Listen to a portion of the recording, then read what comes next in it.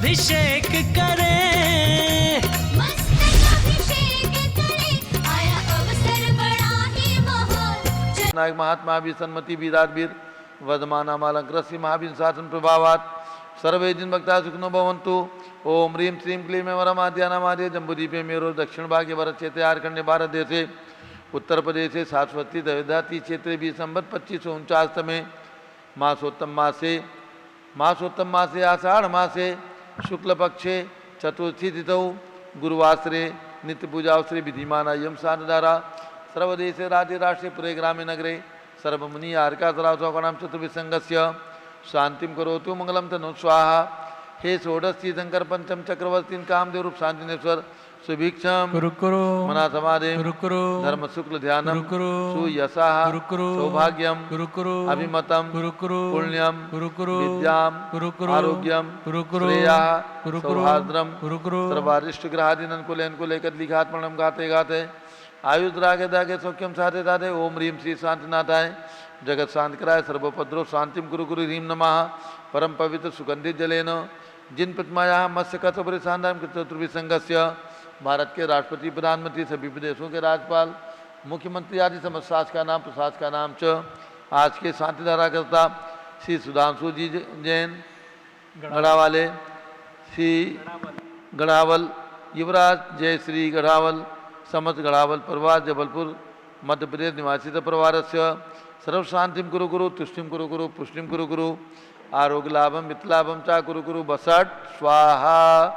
जय बोलिए ऋषभ देव भगवान की जय। शाश्वती दयोध्या तीर्थ क्षेत्र की जय।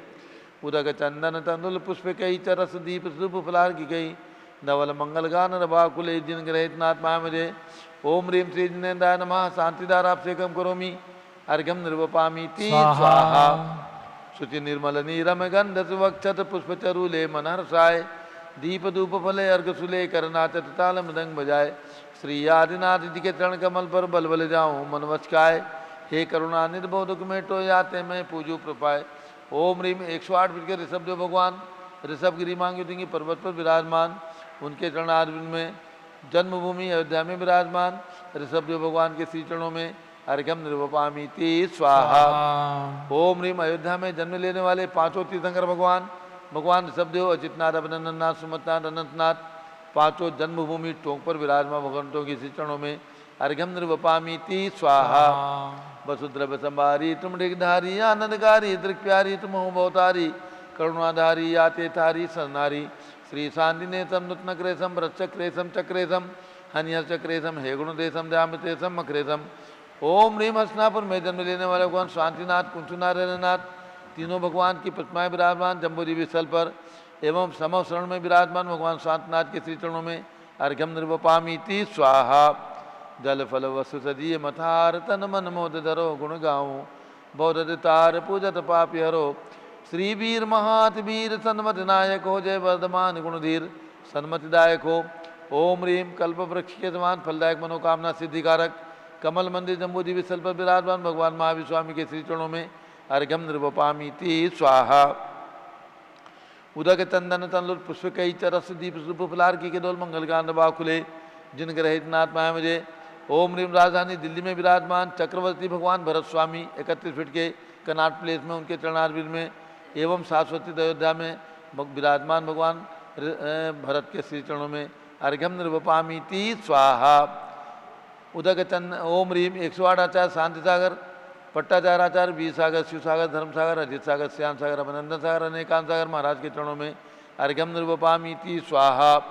पिछी का मंडल उधारी माता नमन तुम्हें हम करते हैं अष्टद्रव्य का थाल सजाकर अर्घ समर्पण करते हैं। युग की पहली ज्ञानमती जी के चरणों में अभिवंदन है तेरी पावन प्रतिभा लग कर मेरा मन भी पावन है। ओम ह्रीं गणनी प्रमुख श्री ज्ञानमती माता जी सत्संग के चरणों में अर्घ्यम निर्वपामीति स्वाहा। बंदामी माता जी बंदामी माता। अब पूज्य गणनी ज्ञानमती माता जी का मंगल उद्बोधन होगा। नियम सार ग्रंथ का स्वाध्याय उसका शिक्षण प्रशिक्षण और उस पर उद्बोधन चल रहा है। तो अब पूज्य गणनी ज्ञानमती माता जी का मंगल उद्बोधन होने जा रहा है। उसके पूर्व केवल एक दो सूचनाएं। 2 जुलाई को आषाढ़ शुक्ला चतुर्दशी है, चातुर्मास का दिवस है, चातुर्मास स्थापना का। पूज्य गणनीय प्रमुख ज्ञानमती माता जी संघ से हित शाश्वत अयोध्या में 2 जुलाई को आषाढ़ शुक्ला चतुर्दशी को चातुर्मास स्थापना करेंगी। दोपहर में 3 बजे धर्मसभा और रात्रि में 8 बजे विधि विधान पूर्वक चातुर्मास की स्थापना विधि पूर्वक संपन्न होगी। 3 तारीख को गुरु पूर्णिमा है, विशेष कार्यक्रम रहेगा। तो 2 और 3 तारीख के लिए पूरे दिगंबर जैन समाज को आह्वान है, जिन्हें भी सुविधा हो आकर के धर्म लाभ लें और पूज्य गणनीय ज्ञानमती माता जी के 71वें वर्षा योग, ये 71वां यानी पूज्य माता जी अपने जीवन के 70 चातुर्मास स्थापित कर चुकी हैं, पिछी लेकर के सन 1953 से, और अब ये 71वां चातुर्मास वर्षा योग पूज्य माता जी का शाश्वत तीर्थंकर भगवंतों की जन्मभूमि अयोध्या में स्थापित होने जा रहा है। ये एक ऐतिहासिक इसलिए है क्योंकि आज 1600-1700 दिगंबर जैन आचार्य उपाध्याय मुनि आर्का छुल्लक छुलिका सभी पिछीधारी संतों में पूज्य गणनीय ज्ञानमती माता जी सबसे प्राचीन, सबसे पुरानी दीक्षित हैं, जिन्होंने अपने जीवन में 70 वर्षा योग स्थापित किया और जिनके जीवन के जन्म के आज 89 वर्ष पूर्ण होने को हैं। ऐसी गणनीय ज्ञानमती माता जी का मंगल वर्षा योग की स्थापना 2 जुलाई को यहाँ पर संपन्न होगा। और इसके बाद दशलक्षण पर्व 19 सितंबर से और 29 सितंबर तक, यानी भाद्र शुक्ला चतुर्थी से भाद्र शुक्ला पूर्णिमा एकम तक, ये दशलक्षण पर्व में 30-24 मंडल विधान का आयोजन यहाँ पर होगा, जिसमें दक्षिण भारत से सांगली जिले से, कोल्हापुर जिले से और बेलगांव जिले से जो भक्त आना चाहते हैं वे सभी उपाध्याय, दीपक जी उपाध्याय जो उपाध्याय मंडल के अध्यक्ष हैं उनसे संपर्क करें, रिजर्वेशन उपाध्याय दीपक जी के मार्फत करा लें।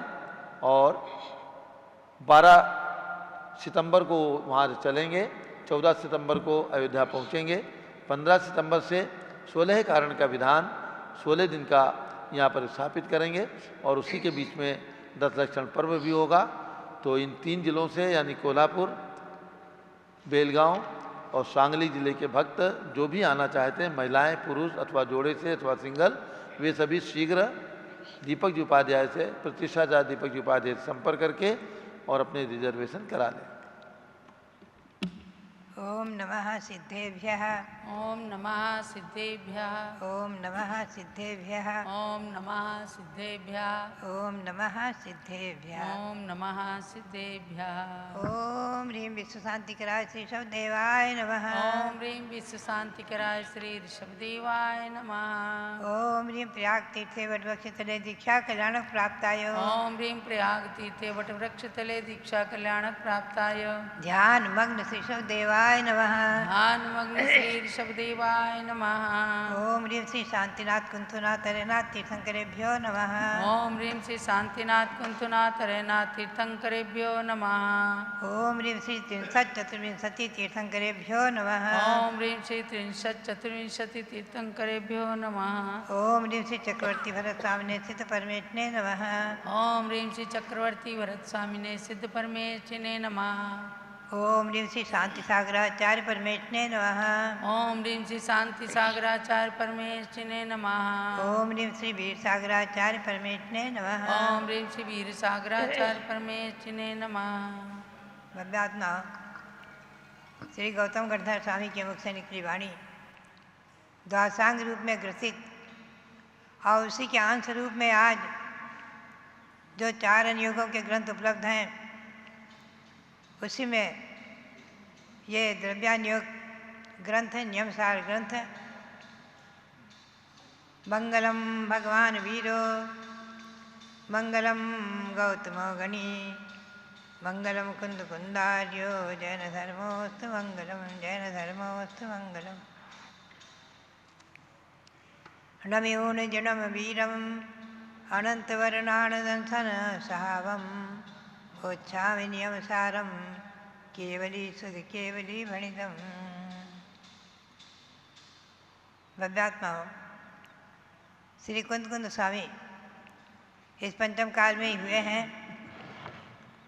और उनके ग्रंथों की रचना के साथ साथ अनेकों चमत्कार भी सुनने में आए हैं, ग्रंथों में देखने को मिले हैं और शिलापट्ट आदि में प्राप्त हुए हैं। साक्षात अंबिका देवी पाषाण देवी को जिन्होंने बुलवा दिया गिरनार में, ऐसे श्री कुंद देव जो संघ सहित गिरनार यात्रा को गए थे आदि अनेकों इतिहास प्रसिद्ध हैं और जिन्हें देव विमान में बिठाल करके विविध क्षेत्र ले गए और शिवंदर भगवान के समर्थन में जो रहकर आए हैं, ये सब इतिहास प्रसिद्ध घटनाएं, उनके परिचय से आप प्राप्त करें। उन्हीं के द्वारा रचित नियमसार ग्रंथ जीव और अजीव अधिकार का वर्णन होकर के सम्यक दर्शन का अर्थ है श्रद्धान, सम्यक ज्ञान का अर्थ है उसको जानना, समीचीन ज्ञान, सपर भेद विज्ञान और सम्यक चारित्र। इन तीनों का ही इसमें संक्षेप में वर्णन है, अति संक्षेप में। विस्तार से तो मूलाचार में है ये। यहाँ पर कहते हैं नो सिद्धिबंधठाणा पैडिठाणा पदेश ठाणा वा नो अनुभागठाणा जीवसन उदय ठाणा वा।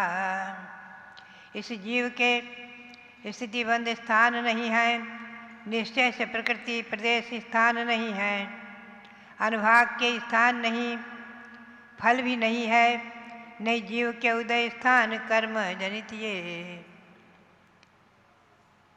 कर्मबंध के चार भेद माने मुख्य रूप से, उनमें 148 प्रकृतियाँ, और जिस कर्मबंध के निमित्त से हम और आप संसारी हैं, तो उसमें प्रकृति बंध, स्थिति बंध, अनुभाग बंध और प्रदेश बंध, ये बंध के चार भेद हैं। तो यहाँ कहते हैं कि जीव में न तो स्थिति बंध है, न प्रकृति बंध है, न प्रदेश बंध है, न अनुभाग बंध है। ये चारों प्रकार के बंध जीव में नहीं है। और जीव में कर्मों का उदय स्थान भी नहीं है, न कर्म का बंध है न उदय है।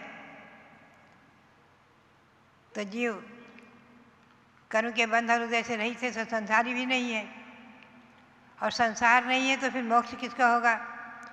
छूटने का नाम ही मोक्ष है। कर्म के बंधा है जीव तभी छूटेगा, और बंधा ही नहीं तो छूटेगा क्या? तो निश्चय नहीं की अपेक्षा। जैन आगम में जितने ही वचन है उतने ही नहीं, समझ लीजिए प्रत्येक शब्द नहीं की अपेक्षा को रखता है। आपने किसी के लिए कहा कि अमुक का पिता है, तो अपने पुत्र का वो पिता है, पुत्र की अपेक्षा पिता है। और आपने कहा ये पुत्र है, एक व्यक्ति में ही एक समय दो रिश्ते हैं, तो पुत्र किसका है? अपने पिता का पुत्र है। अपेक्षा, ये अपेक्षा घटित हो जाती है। पिता का पुत्र है, पुत्र का पिता है। ऐसे ही ये जीव कथनचित कर्मों से बंधा है, संसारी है, और संसार बंधन से छूटकर ही मुक्ति को प्राप्त करता है। सभी तीर्थंकर भगवंतों ने भी पहले संसार अवस्था में ही तीर्थंकर प्रकृति का बंध किया,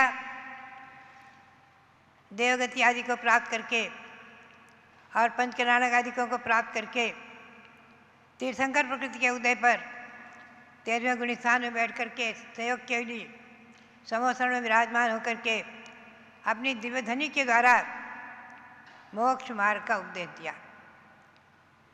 तो उसमें जो है चारों प्रकार के अनुयोग, द्वासांग वाणी, द्वासांग रूप दिव्य ध्वनि, उसमें सब कुछ आया है। तो कर्म की अपेक्षा ही संसार है, और कर्म की अपेक्षा ही संसार से छूटना अर्थात मोक्ष है। कर्म के बंध ही नहीं है तो संसार ही नहीं है, तो मोक्ष किसको होगा आदि। तो नयों की अपेक्षा से समझना कि निश्चय से जीव में कुछ प्रकार का बंध अधिक नहीं है और न उदय है। निश्चय से जीव टंकोत्कीर्ण ज्ञान, एक ज्ञान स्वरूप है। संसार में रहते हुए भी निश्चय से ये आत्मा भगवान आत्मा, समय सार में यही कहा है। और एकांत निश्चयवादी इसी को लेकर के हमारे देखते देखते कि निश्चय एकांतवादियों का मत संसार में प्रसिद्धि को प्राप्त हो गया। हमारे देखते देखते ये मत निर्मित हुआ, और इसने कह दिया समय सार को लेकर के कि आत्मा परमात्मा है, भगवान आत्मा, आत्मा भगवान आत्मा। लेकिन संसार में आपके शरीर में विराजमान भगवान आत्मा की कोई पूजा नहीं करता है। साक्षात भगवान तीर्थंकर जो हो चुके हैं, कर्मों से छूट चुके हैं, अरहंत सिद्ध अवस्था को प्राप्त हो चुके हैं और जो कर्मों से छूटने के उपाय में लगे हुए हैं, ऐसे आचार्य उपाध्याय साधु परमेष्ठी, 5 परमेष्ठी, नमोकार मंत्र अनादि निधन, इसमें 5 परमेष्ठी को नमन किया है। तो अरहंत अभी 4 आघातिया कर्मों से रहित नहीं है, सहित है। परमोदारिक दिव्य शरीर से समोसरण में विराजमान है और अनंत अनंत गुणा रूप से कर्म प्रकृतियाँ उनके लिए भी आ रही हैं, परमोदारिक दिव्य शरीर से परिणत हो रही हैं। तो ये अरहंत अवस्था और संपूर्ण कर्मों से छूट जाना सिद्ध अवस्था, कर्मों से छूटने का उपाय करने वाले आचार्य उपाध्याय साधु, ये 5 परमेष्ठी अनादि परंपरा से प्रसिद्धि को प्राप्त हैं। और महामंत्र में नमोकार मंत्र जो अनादि निधन है, उसमें इन्हीं को नमन किया हुआ है। तो निश्चय नहीं से जीव में कर्मबंध नहीं है, कर्म का संबंध ही नहीं है। आत्मा संसार में चिन्मय ज्योति से भगवान आत्मा, इस निश्चय सब का अवलंबन लेकर के आत्मा के अनंत गुणों की शक्ति को पहचानना है। पुनश्च व्यवहार नहीं का अवलंबन लेकर के और चारित्र को ग्रहण करके मोक्ष मार्गी बन करके मोक्ष को प्राप्त करने का, कर्मों से छूटने का उपाय करना है। केवल भगवान आत्मा कह देने से हम और आप संतुष्ट और तृप्त नहीं हो जाएंगे। क्षण भर के लिए तृप्ति आएगी, लेकिन फिर वही जन्म और मरण, जन्म मरण की परंपरा चलती रहेगी। तो जन्म मरण की परंपरा को समाप्त करने के लिए, इस अनादिकालीन शरीर से छूटने के लिए ही जिनवाणी का स्वाध्याय। तो नयों की अपेक्षा व्यवहार नहीं से हम और आप संसारी हैं, निश्चय निश्चय चिन्मय ज्योति से भगवान आत्मा भगवान है, परमात्मा है। नो खये भाव ठाना, नो खयु समसहाव ठाना वा, नो ओदय ओदय भाव ठाना, नो उपसमने सहाव ठाना वा। आगे स्वयं कुंदकुंद स्वामी कहते हैं, ये सब निश्चय नहीं की अपेक्षा से कथन है। कर्मों के क्षय से क्षयिक भाव, कर्मों के क्षय से क्षय के भाव भी नहीं, क्योंकि विशुद्ध नए से नई कर्मबंध है, क्योंकि विशुद्ध नए से नहीं कर्मबंध है। क्षयोक समिक भाव व औदयिक भाव भी उपसम स्वभाव जीव में होवे नहीं कभी। निश्चय नहीं की अपेक्षा से क्षयिक भाव भी जीव में नहीं है, क्षयोक समिक भाव नहीं है, औदयिक भाव नहीं है, उपसम भाव नहीं है। आपको मालूम है तत्वार्थ सूत्र में जीव के 5 सतत्व कहे हैं। उपसम, क्षयोपसम, क्षयिक और औदयिक और पारणामिक 5 भाव बताए हैं। सतत्व इनको कहा है। ये जीव में ही पाए जाते हैं, जीव में नहीं पाए जाते हैं। इसी में क्षयिक भाव है, कर्मों के क्षय से होने वाला क्षयिक भाव। तो उपसम के 2 भेद हैं, क्षयिक के 9 भेद हैं, औदयिक के 21 भेद हैं, क्षयोपसमी के 18 भेद हैं और पारणामिक के 3 भेद। ऐसे सब भेद प्रभेद और इनका विस्तार तत्वार्थ सूत्र की टीका ग्रंथों में विस्तार से राजवार्तिक आदि ग्रंथों में किया हुआ है। और वहाँ पर भी प्रश्न आए हैं, अगर क्षयिक भाव जीव में नहीं माना जाए तो कर्मों के क्षय से होने वाला क्षयिक भाव सिद्धों में भी है। कर्मों के क्षय से उत्पन्न होने वाला क्षयिक भाव, तो कहते हैं जब कर्म ही नहीं तो कर्मों से क्षय क्या होगा। निश्चय नहीं की अपेक्षा से कर्म ही नहीं तो कर्मों का क्षय, उपसम, क्षयोपसम, उदय आदि नहीं है। और पारणामिक भाव के भी 3 भेद हैं, भव्यत्व, अभव्यत्व और जीवत्व। भव्यत्व की अपेक्षा जो मोक्ष जाने के योग्य जीव है वो भव्यत्व की है, और पारणामिक भाव और अभव्यत्व भाव। तो अभव्यत्व भाव हमारे और आप में नहीं है, भव्यत्व भाव है, आदि पारणामिक भाव है। तो ये सब भाव इनको भी व्यवहार से हमें तत्वार्थ की टीका ग्रंथों को देख करके और समझना है। और षटखंडागम ग्रंथ में भी इन भावों का बहुत विस्तार से वर्णन किया हुआ है और गुणस्थान और मार्गणाओं में घटित किया हुआ है। औदैहिक भाव पहले गुणस्थान से लेकर 14वें तक है, पांडाविक भाव भी है और उपसम भाव चौथे से लेकर के 11वें तक ही है, छायिक भाव चौथे से लेकर के 12वें तक और अंतिम अयोग्यवली तक है। औदैहिक भाव तो उदय रूप में साता प्रकृति का उदय, मनुष्य जाति का उदय, मनुष्य गति का उदय अरहंत अवस्था में भी पाया जाता है। अरहंत अवस्था में भी मनुष्य गति का उदय है, मनुष्य पंचेंद्रिय जाति का उदय है, औदारिक शरीर है उसका उदय है, आयु कर्म का उदय है, तब तक वो अरहंत हैं, संसारी हैं, ईसत संसारी हैं। क्योंकि मोहिनी कर्म का नाश हो चुका है तो अब उनके अब संसार आगे नहीं है, जन्म मरण नहीं है, इसलिए वो ईसत संसारी भी कहलाते हैं, ईसन मुक्त भी कहलाते हैं। ऐसे अरहंत अवस्था में भी ये भाव पाए जाते हैं, छायिक भाव अरहंत अवस्था में है। तो यहाँ पर तो पूर्ण रूप में निषेध किया, तो इसका मतलब यही है, टीका में मैंने बहुत स्पष्टीकरण किया हुआ है, राजभारती का उदाहरण भी दिया हुआ है और राजभारती की पंक्तियाँ भी दी हुई हैं। आपको इसका स्वाध्याय टीका ग्रंथ को पढ़कर भी करना चाहिए। दानांतरा आदि के क्षय से, भोगांतराय के नष्ट हो जाने से छायिक भोग है। क्या है? अरहंत अवस्था में पुष्प वृष्टि, गंधोदक वृष्टि, चरण निक्षेपण के स्थान में साथ साथ कमल पंक्तियाँ, स्वर्णमयी दिव्य सुगंधित कमल, सुगंधित धूप, शिखर चंडी हवा आदि जो होती है, 34 अक्षय, 8 महाप्राध्याय आदि ये सब जो होते हैं, ये सब भोगांतराय उपभोगांतराय आदि के नष्ट से ही होते हैं। और दिव्य ध्वनि के द्वारा अनंत प्राणियों का उपदेश देते हैं। ये छायिक दान, छायिक लाभ, छायिक भोग, छायिक उपभोग आदि, छायिक सम्यक्त्व और छायिक चारित्र्य, साक्षात चारित्र्य सब अरहंत अवस्था में पाए जाते हैं। फिर भी सिद्ध अवस्था में भी इनका अस्तित्व है, लेकिन मुख्य रूप से यहाँ कर्म के क्षय से ही ये छायिक भाव प्रकट हुए। तो कर्म ही नहीं तो इसका क्षय क्या होगा, ये अपेक्षा है। इसलिए ये सब निश्चय नहीं की अपेक्षा से आचार्य ने कहा हुआ है, ध्यान में रखना।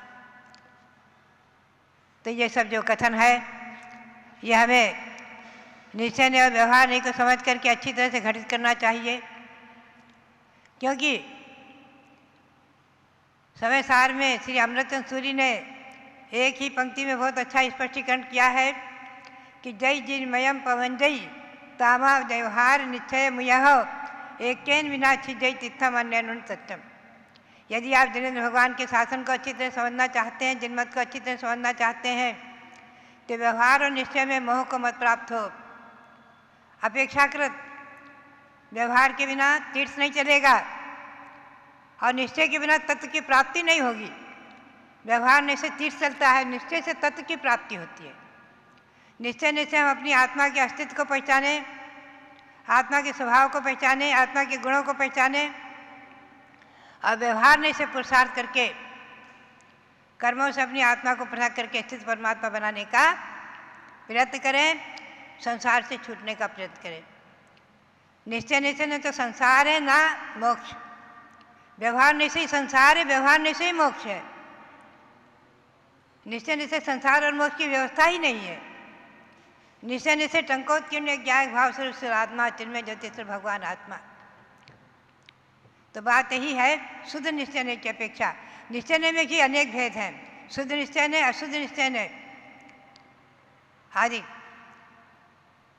तो शुद्ध निश्चय की अपेक्षा ये भेद नहीं है, अशुद्ध निश्चय की अपेक्षा कथनचित भेद है, व्यवहार नहीं की अपेक्षा भेद है आदि। इस बात को हमें और आपको अच्छी तरह समझना है। बात यही है, इन भावों को स्वतत्व भी कहा है। कम्मेण विना उदयम जीवस्य न विद्यते समम वा खैजम खयोप संयम तम्हा भावम तु कम कदम। ये पंचाशती काय में भी श्री कुंद कुंद स्वामी ने गाथा रखी है कि कर्म के बिना जीव में उदय नहीं है और जीव में उपसम भाव भी नहीं है, औदैहिक भाव भी नहीं है, और कर्म के बिना जीव में क्षय भाव और क्षयिक भाव भी नहीं है, क्योंकि ये सब भाव कर्मकृत हैं। कर्म के क्षय से होना क्षयिक भाव, तो जब कर्म ही नहीं तो क्षय क्या होगा आदि, इस अपेक्षा से कहा है।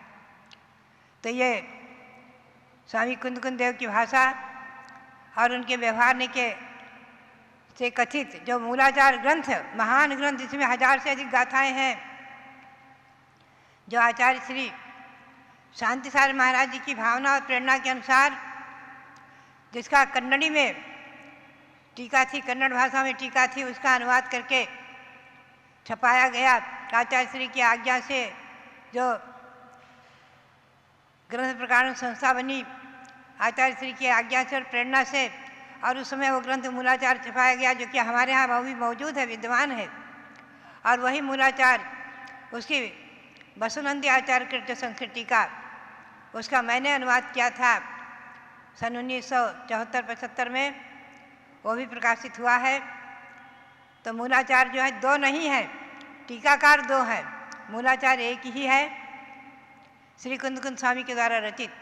उसमें 28 मूल गुण, सामाचारी विधि आदि सारा व्यवहार में से सब कथन है, 12 अनुप्रेक्षाओं का वर्णन है, पर्याप्ति आदि का अधिकार है। तो बात यही है कि कुंद कुंद स्वामी ने स्वयं अपने जीवन में मुनि मुद्रा को धारण करके और दिगंबर मुद्रा को धारण कर तपस्या किया है, ग्रंथों की रचना की है। ग्रंथ रचना, दिगंबर मुद्रा का धारण करना, ये सब व्यवहार नहीं तो है। निर्ग्रंथ दिगंबर मुद्रा को धारण करना, तीर्थ यात्रा के लिए विहार करना, ग्रंथ रचना करना, ये सब व्यवहार ही तो है। निश्चय निश्चय तो चिन्मय ज्योतिष भगवान आत्मा का निर्विकल्प ध्यान, वो ध्यान भी करते होंगे।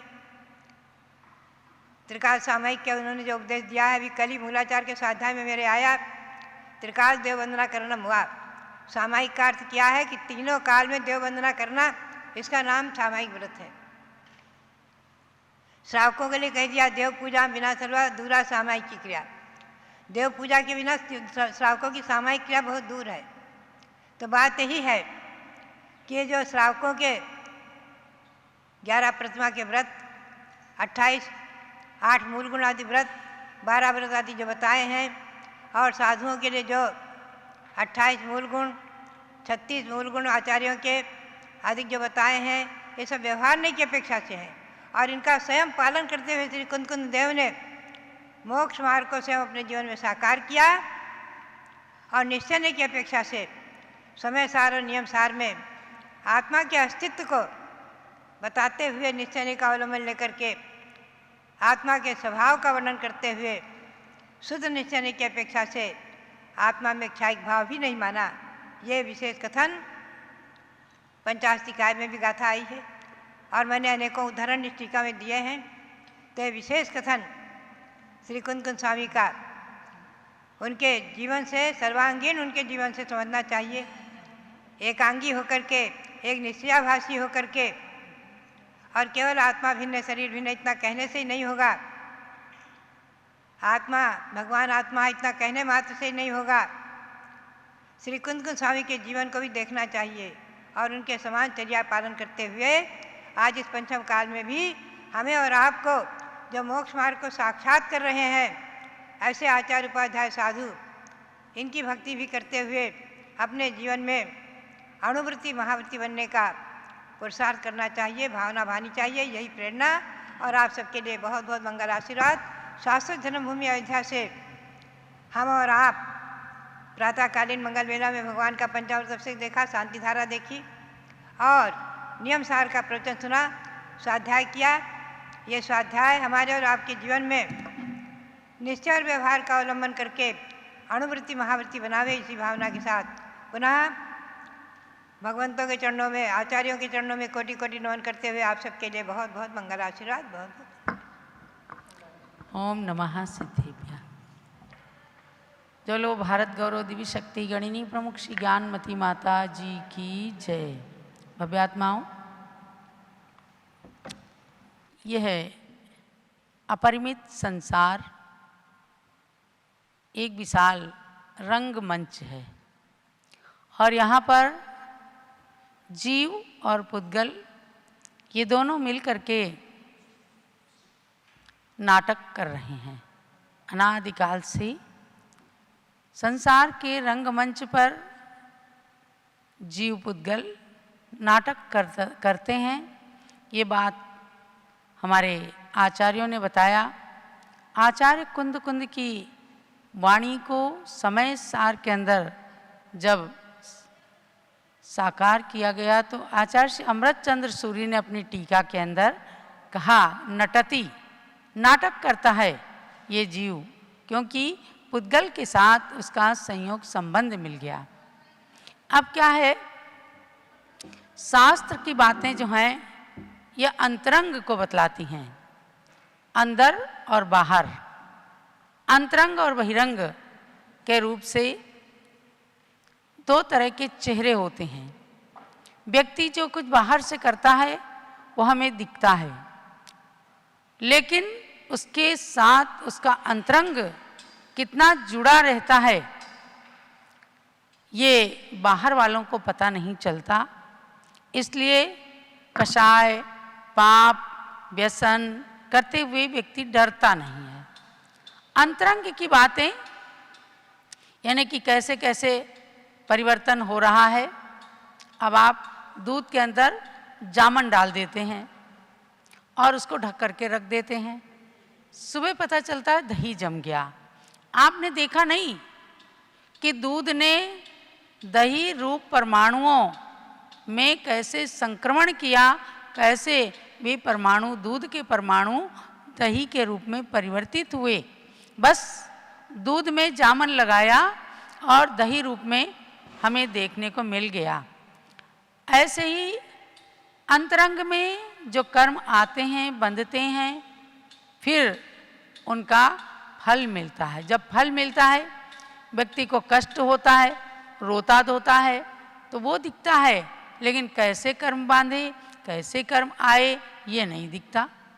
तो एक जगह प्रश्न हुआ, किम हिंसाया मूलम, हे भगवान हिंसा का मूल क्या है?